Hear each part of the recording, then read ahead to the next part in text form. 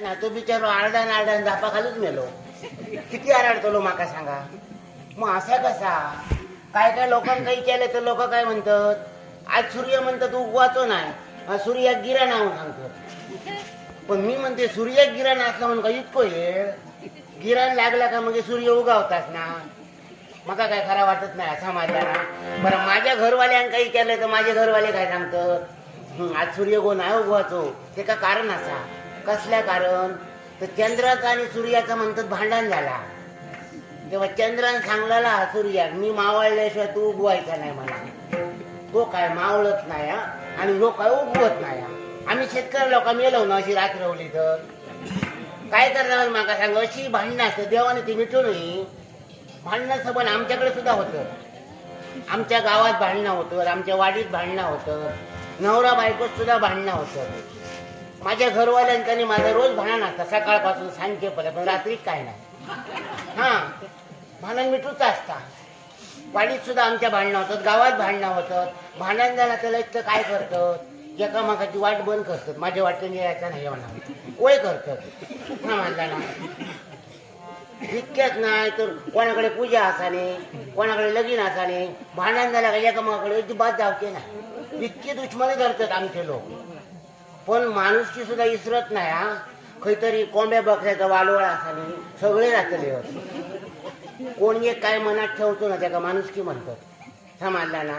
पण ह्यांचा काय असा आता कधी घडला नाही. याच्या हो कोणतरी म्हणत होता ह्याच्या अगोदर सुद्धा एकदा असा घडला कधीतरी. कोणतरी सुमती म्हणून एक बायल माणूस होता आणि त्याचं घोळ मेलो तिचं ना म्हणून तिनं काय केलं, घो जितो सूर्याक पदर धरल्या आणि सूर्याक सांगल्यान तू उगवायचा नाही म्हणून. सूर्य उगवायचं बंद झालं. बंद झाल्याबरोबर देवांका काळजी पडली. आता जर सूर्य उगावलो ना आणि अशी रातच राहली तर लोकांचा कसा होता चालताला कसा. म्हणून सगळे जेवले तिच्याकडे आणि म्हणायला लागले माझ्या औषधाचा काय चालवलंस तू, पदर धरलंस तो पदर काढ.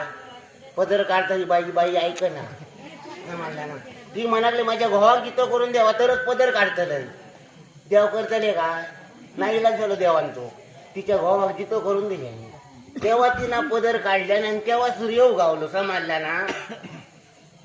माका असं वाटतं आमच्या वाडीत खिच्या तरी बाल माणसांना नाही मग पदर झाले. पण आमच्या वाडीत सगळ्यांचे घोवाच मग पदर कोण धरताला हे सुद्धा विचार करतो लागता. आणि अशीच जर रात रवली ना तर चोरांचा फावला. आता चोर कोणची घरा फोडती, कोणची दुकाना फोडती, बोंडे चोर हत्ते माडाचे नारळ काढतील. सगळं आता असा चालू राहताला समाजला ना. आमच्या वाडीत बरेच असं चोर असे लोकांचे माडाचे नारळ काढणारे. लोकांचा किती आहे माझं घो पण त्याच्यातलो. पण आपल्या घोवाचा कसा बोलताला माका सांगा. माका त्यांचं संशय कसं येता हैसर निघलेले हतरून तासाचा आणि या काळोखासून खै गेले त्याचं पत्तच नाही. काय सांगतालाच माका सांगा. आता एखाद्याच्या कोणत्या तरी माडावर गेले आणि त्यांना बघल्या ह्यांका मारा पाहिजे मारतले ना. बरं काय बोलायला सारख्या ना बोलायला त्याला काय अंगार येतले होत.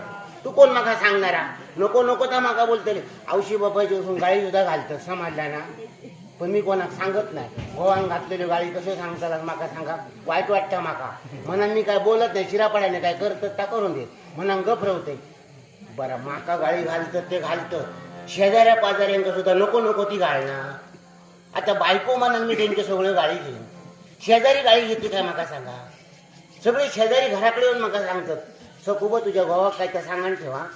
आम्ही जरी काय नाही बोललो तरी तुझं घो घराकडे येऊन गाळी घालता. बघून बघून घेतलं तुझ्या गोवाची केव्हा तरी गुटली करून ठेवतलं. माझ्या बाबानं तुमच्या सगळ्यांच्या मी पाया पडते ऐकला. माझ्या गोवाची गुटली म्हणतं कोणी करू नको. माझ्याकडे बघून गप राहा. तुमका गाडी घालतच ते मी नाही म्हणत नाही. पण त्याच्या मागे मोठा कारण असा. आतापर्यंत कधी कोणाक मी बोलाक नाही. पण म्हणतात ना खुटो धरलो का वही येता म्हणून सांगायचा लागता. त्यांचा काय होता अमुवाच्या पौर्णिमेला काय तसा चाळ होता आणि मग ते सगळ्यांका गाडी घालतो. बरा काय या भंगला डसला आता जाऊ भया म्हणून देवाकडे चौकशी सुद्धा मी केले. कोठा सांगत नाही औशीच्या समुद्राच्या काट्यापासून घाटाच्या माथ्यापर्यंत देव ठेवलंय ना. पण देव जाते हिस माका देव सांगतात ह्याच्या वेळेला तसा जाणारा नाही म्हणतात. पूर्वीपासून यांच्या घराण्यातच तसा म्हणून यांच्या आज्याचा तसाच टाळवायचा. आजो मेलो तेव्हा बापाशी डसला आणि बापूच मरताना हे गेले पुढे बाबा बाबा करीत. म्हाताऱ्यान मरताना ह्यांका मिठी मारल्या ते ह्यांका डसला आणि देवाने सांगल्यान काय याच्या बाबतीत सांभाळून राहा पाहिजे. आणि ऐकल्यापासून ना औषधात मग घरात अन्न सुद्धा गोड लागत नाही. माझ्या घोवा जर वाद काय बरा नसला ना तर मी घरात निघ नाही ना शेजाऱ्यांची जाऊन निघतंय की त्या न जाणू रात्रीची माका मिठी मारल्या म्हणून माका भीती वाटता. असा आमच्या घरात चाललेला असा सांगण कोणा खरा नाही वाटत म्हणून मी कधी कोणाक बोलत नाही. पण आता जर मी असा बोलत राहिलं तर लोक काय म्हणतली तो गोखी रात्रीचो गेलो आणि असा शोधून पण गेला नाही. लोकांसुद्धा बरोबर असा पण अंधारातून जातलंय की माका सांगा. पण ह्यो म्हातारो खंय गेलो ह्या माका बघूचाच लागताला समाजला ना म्हणून काय करतलंय वायचो वाट बघतलंय आणि जर नाही असले तर ह्यांका शोधूक जातले बघू